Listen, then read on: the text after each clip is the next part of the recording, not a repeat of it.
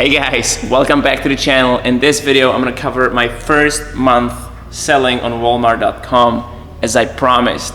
So sit back, relax, and let's get right into this, shall we? Now there's a lot to cover, but I just wanted to make this a quick update, nothing too complicated, as I also wanted to answer some of the things that people have asked me while I was selling on Walmart in the first month. So as you can see, I have made a total of $22,200 in sales in the first month. My sales, safe to say, have been steadily growing. So I guess the main question that everybody wants answered is how much profit I've made in the first month.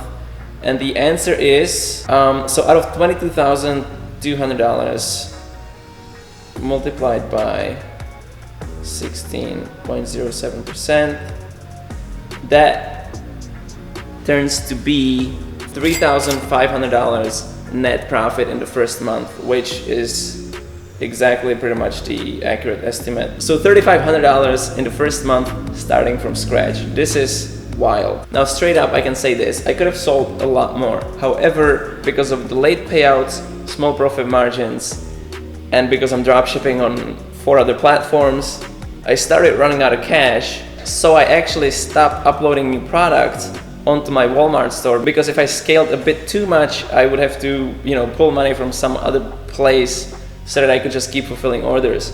Because right now at this moment, Walmart holds about $18,000 of my own money. So this answers the question that I get all the time, which is, can I start with low budget? Well, yes you can, but if you do that, if you start with $1,000, $2,000, you're very quickly gonna run out of money, and then you're gonna have to wait a month until you get your payout so that you can start listing again. So that's cash flow, right? Which is pretty stupid, right? So Walmart holds $18,000 of my own money right now so that I can make $3,500. Is that the worst? I'm gonna still take $3,500 with very low effort, but this is definitely something you need to consider if you wanna dropship, and if you wanna dropship at a level that, it makes sense as a business or as a, side hustle or whatever. So just keep that in mind, especially as long as you're in this new seller 2-week delayed payouts. You definitely need to consider your cash flow and how much money you have at hand to keep fulfilling these orders. Now, especially if you dropship on Amazon, eBay, and Facebook Marketplace at the same time, this is definitely something you need to consider. Another thing I want to talk about is, at this moment, it's dumb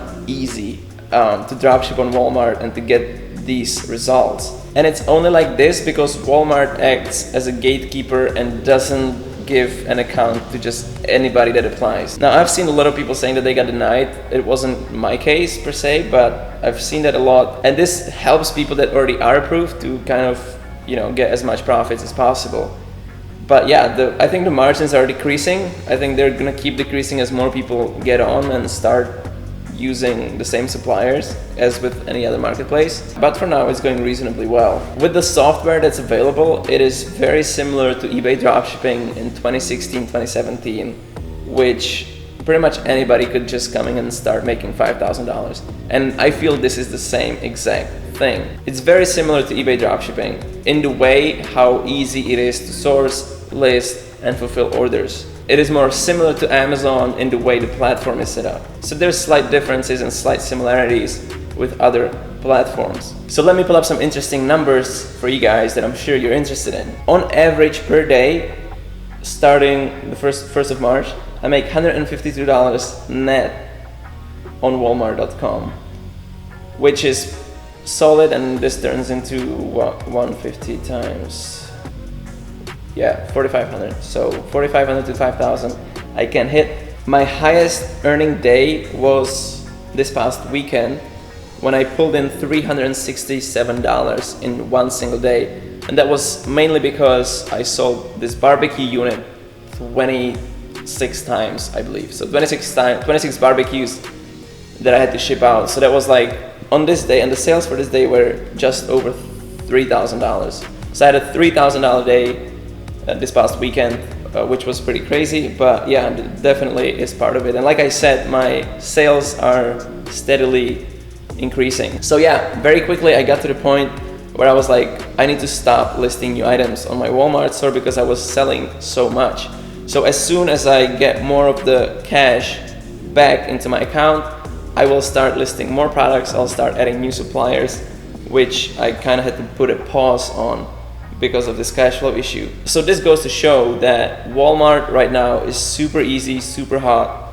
If you have the money and you have the account, definitely start dropshipping on Walmart. It's just too easy not to.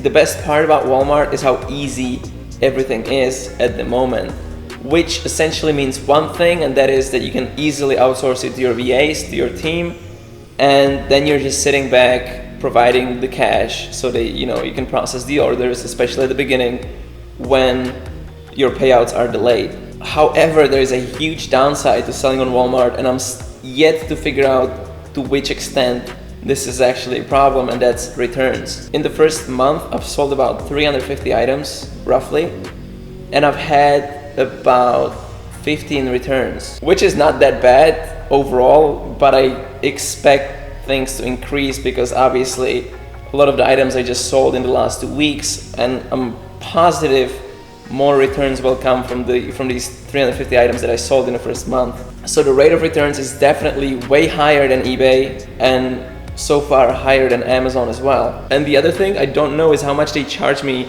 for the shipping labels to ship all the items back to me or back to my warehouse. So that's definitely something I need to dig more into and figure everything out. But that's pretty much the only thing right now that bothers me about Walmart dropshipping. A few more things I should note is that one brand reached out to me saying that they do not wish I sell their brand on Walmart Marketplace, to which I replied, sure. I pulled it off my store and stopped selling the item. And then I had one more incident where a lady reached out to me saying that I just bought this item from you. I know it's cheaper on Amazon, but I don't support Amazon. I don't want to buy from them. So I hope that you're not a dropshipper. And if you are, and the item comes in Amazon box, I'm gonna leave you negative feedback. So I was like, what?